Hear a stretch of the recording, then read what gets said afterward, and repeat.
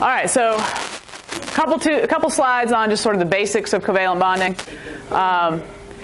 And it's also, of course, important that we can recognize the difference between ionic bonding, which is what we have been doing, and covalent bonding. So what is something we know we need in an ionic bond? An ion. Okay, we need ions. Typically, a metal and a non-metal. That's not metal. I know, for ionic. Oh. This is covalent. This is covalent. Oh, yeah.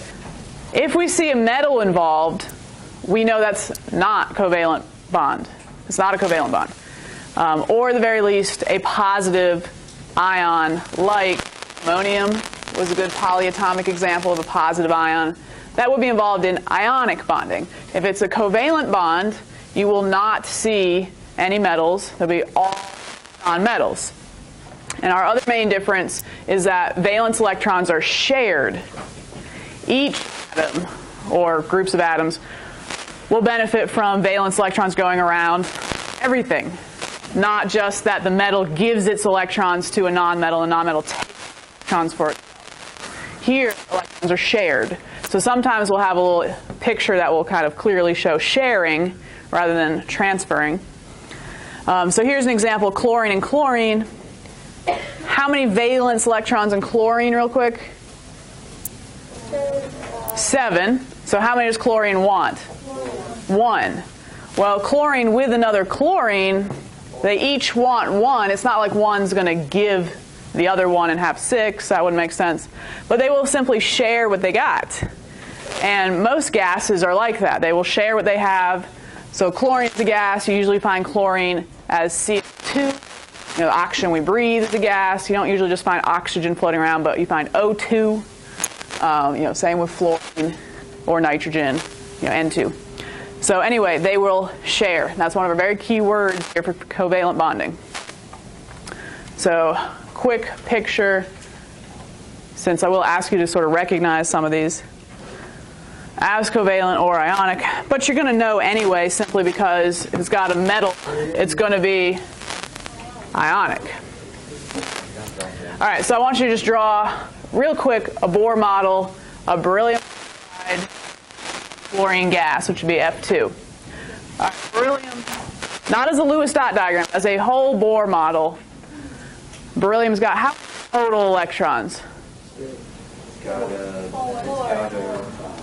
It's got 4 total. Okay, so how many on the first ring? 2. And I'm not going to draw the next ring because I'm just going to end up erasing it anyway. It has 2 more beyond this. So pause for a second. It'd be nice if you had another color. Maybe do this one at X. No, leave this as is. So there's beryllium. And then let's do fluorine. How many valence electrons does fluorine have? 7. But how many total? No, not how many total electrons? 9. How many of those are valent? 7. Okay. Again, 2 on the first. And if you guys don't have a different color pen, you might want to do those like maybe X's or something. So XX, and then 7 X's.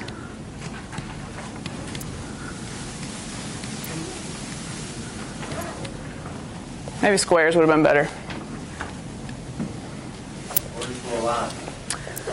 So even though it's not a dot diagram, I mean, you can tell what does fluorine want to do? Bond. It wants. Well, how many electrons does it want? It needs 1. Just 1. So again, we had that outer ring of beryllium's valence electrons, 2 extra. So 1's going to go here. Maybe another fluoride. But we're going to need another fluorine. And you can draw it with the X's or boxes or something just to separate them. So another fluorine would come in with another 7 valence electrons, and then it would get that other dot from beryllium. And it would be somewhat symmetrical. That's something we didn't necessarily do a great job of when we did the dot diagrams. But it would be symmetrical. And I would simply not show them overlapping. There's no sharing of electrons. Beryllium lost its and gave it to fluorine.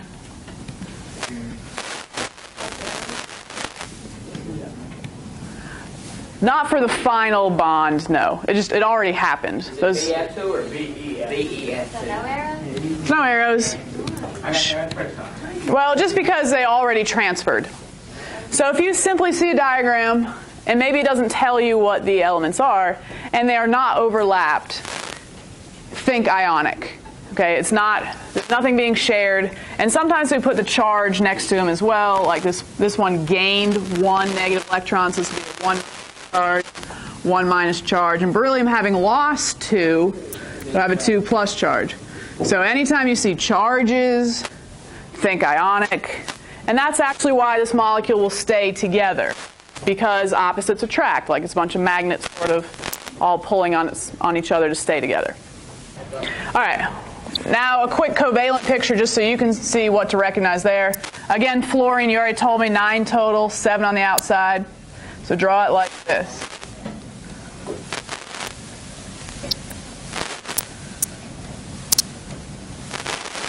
And then we're going to overlap. Actually, let me do that in a different color.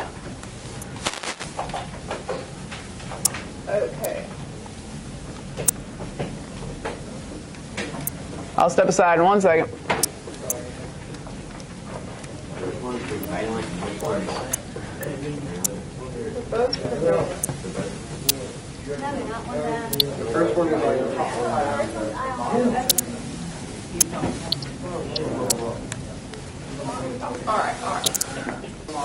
So this is showing F2. Fluorine's got 9 total electrons, as we just said, 7 of which are on the outermost ring. And this is just really the point I want you to see, the overlap. This is sort of how we indicate sharing. If you have an overlap and these 2 electrons are really on both rings, that indicates a covalent bond, the idea of sharing those electrons. So sometimes these 2, will be going around this fluorine, sometimes these 2 will be going around this fluorine. So overall, the whole thing is stable. Wait, hold on a second. How do we know how many dots are in each one? We look on the periodic table. And fluorine had 9 total and 7 valence. So of course 7 on the outside and then 2 on the inside. Okay, bottom line. If they overlap, covalent, sharing. If they don't, ionic. Got it? Great. Moving on.